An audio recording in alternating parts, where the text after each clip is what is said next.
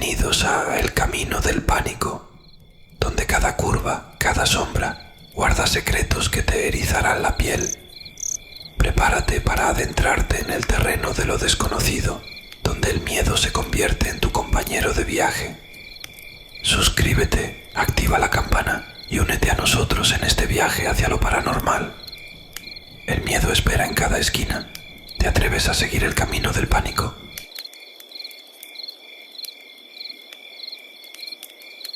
Era el año 2019. Vivía en un rancho llamado Bella Vista, que se ubicaba por las cumbres de Veracruz. Ahí había crecido. La vida cuando era niño no fue fácil, pues muchas veces mi padre no tenía ni siquiera para darnos de comer. Tenía 8 hermanos.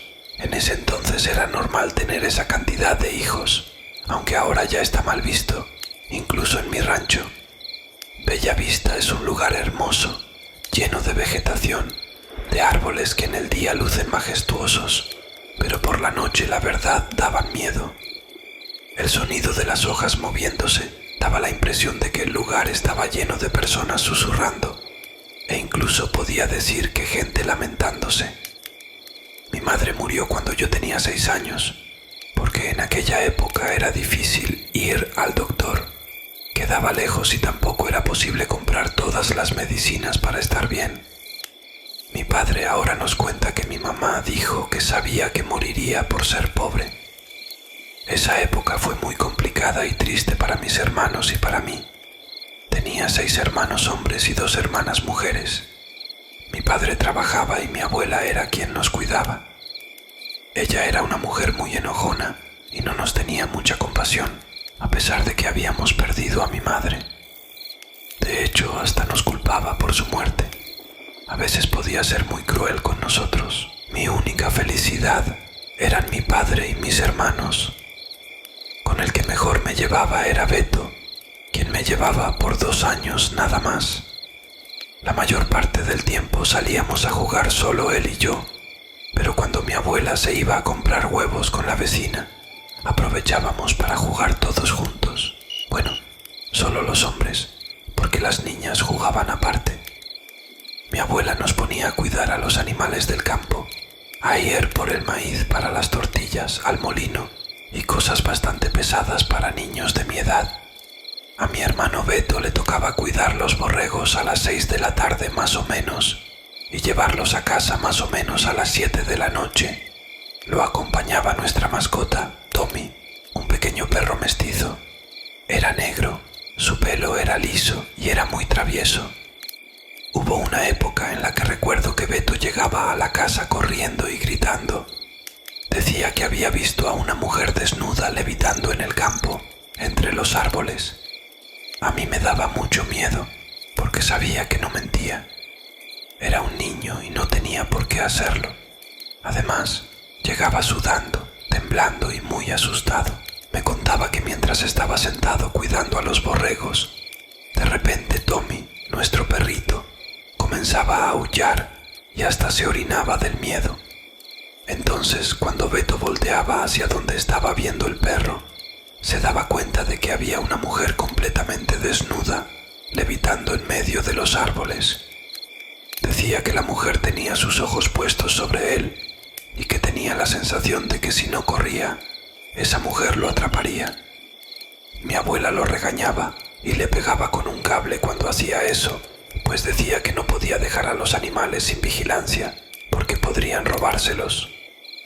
Así que me mandaba a mí o a alguno de mis hermanos a por los borregos, pero nadie quería ir hacia allá, porque teníamos mucho miedo. No queríamos ver a esa mujer.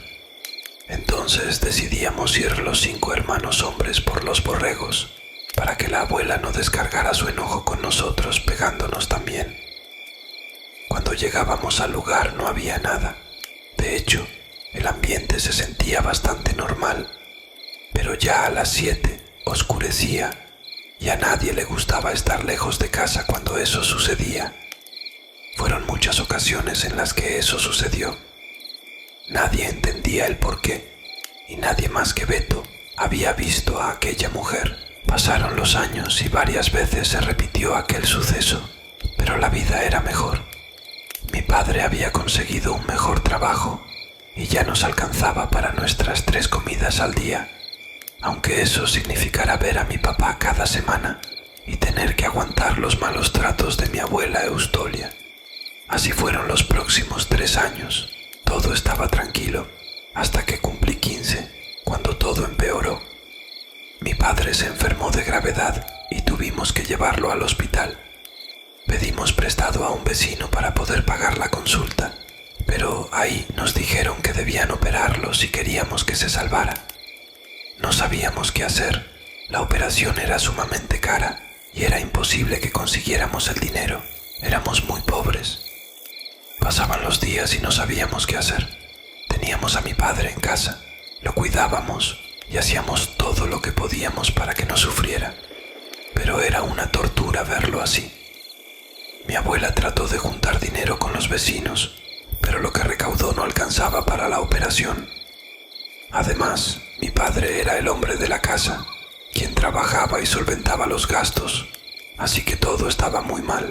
Pero un día Beto me dijo que debía ir al campo a resolver unas cosas, y la verdad, yo no le tomé importancia. Al cabo de unas horas, cuando ya había caído la noche, volvió. Nos dijo que preparáramos a mi padre, que lo llevaríamos al hospital para que al día siguiente lo operaran. Todos estábamos sorprendidos y le preguntamos que si había conseguido el dinero y dijo que sí, pero cuando le preguntamos que de dónde lo había sacado, nos dijo que eso era lo de menos. Preparamos todo y los vecinos, quienes tenían una camioneta muy vieja, nos llevaron al hospital más cercano. Todo el camino me pregunté de dónde había sacado ese dinero Beto. No tenía sentido, como ya había dicho, era casi imposible. Nadie en el pueblo tenía esa cantidad. Seguro mi hermano estaba metido en algo malo. Al día siguiente operaron a mi padre, y mientras esperábamos que saliera, le pregunté a Beto en privado de dónde había sacado el dinero. Él me dijo que eso no importaba, que lo importante era que nuestro padre estaría bien. También me dijo que en un año él cumpliría 15 y que empezaría a buscar un trabajo para ayudar a la familia. Decidí ya no preguntar más, porque sabía que no me iba a decir por más que insistiera. Pasaron los días y mi padre comenzó a recuperarse.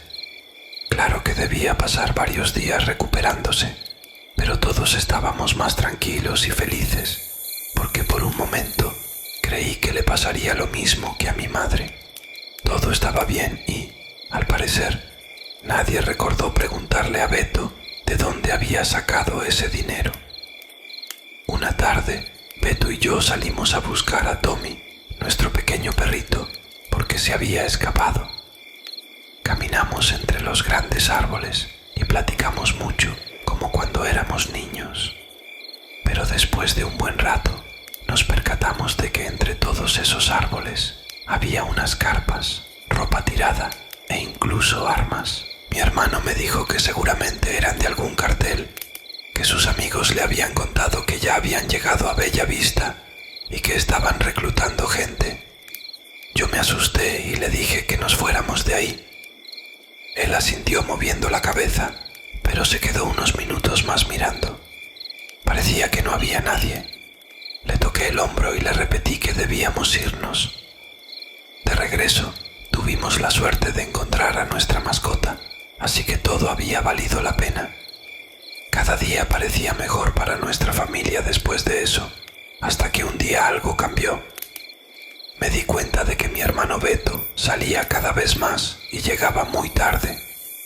Él decía que era porque estaba buscando trabajo, pero yo lo conocía bien y sabía que había algo más que eso. Una noche, mientras esperaba a Beto, me quedé dormido y en mis sueños lo vi.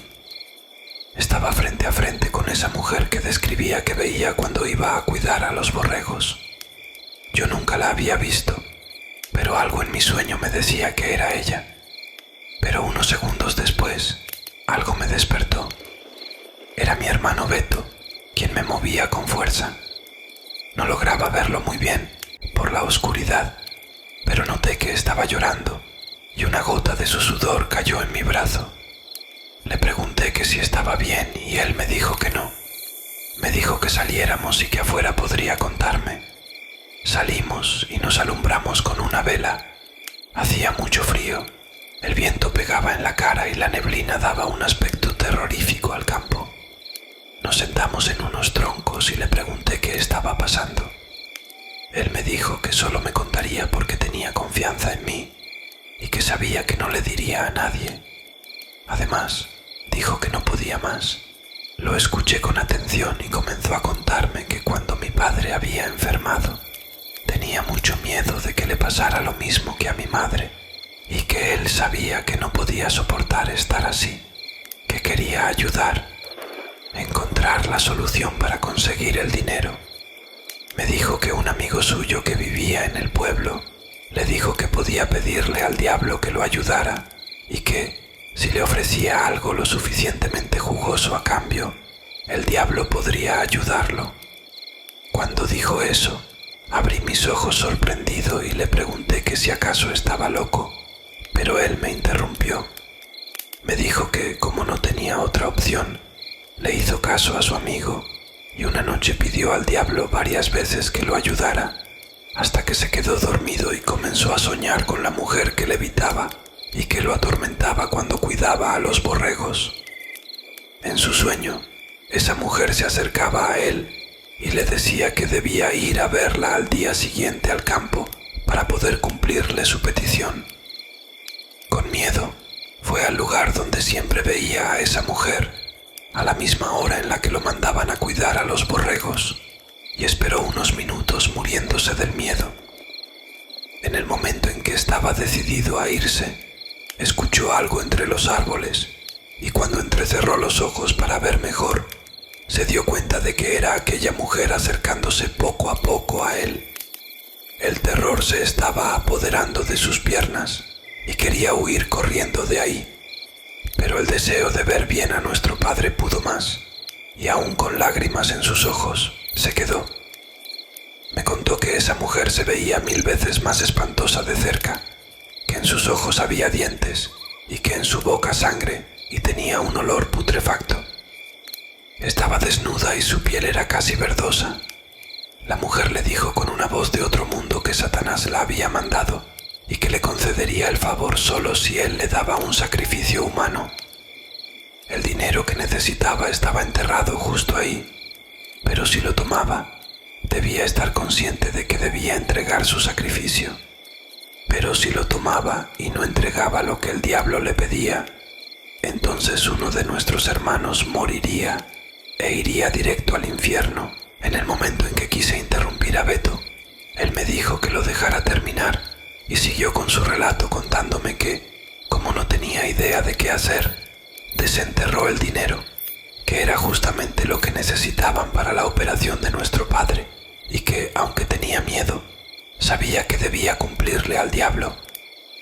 No quería que se cobrara solo con alguien de su familia, así que recordó cuando habíamos ido a buscar a Tommy y fue de nuevo esperando ver a los sicarios para pedirles trabajo y así cumplir su cometido, sin que él mismo decidiera a quién matar. Esas personas le dieron el trabajo y le dijeron que debía matar al dueño de una miscelánea en la ciudad, porque no había querido pagar derecho de piso. Beto estaba decidido a hacerlo, sabía que no tenía opción, pero cuando estuvo frente a frente con esa persona, se dio cuenta de que le iba a costar mucho. Llevaba una capucha que escondía su rostro y con lágrimas en los ojos le dijo al señor que él no quería hacerlo, pero que no tenía opción, y lo llevó hasta una de sus bodegas y lo mató, mientras todos sus trabajadores escuchaban. En el momento en que mi hermano terminó la última palabra, le grité que si acaso estaba loco. Era imposible que todo lo que me estaba contando fuera real. Simplemente no podía creerlo. Mi hermano me abrazó y comenzó a llorar. Me dijo que lo sentía, pero que no tuvo opción.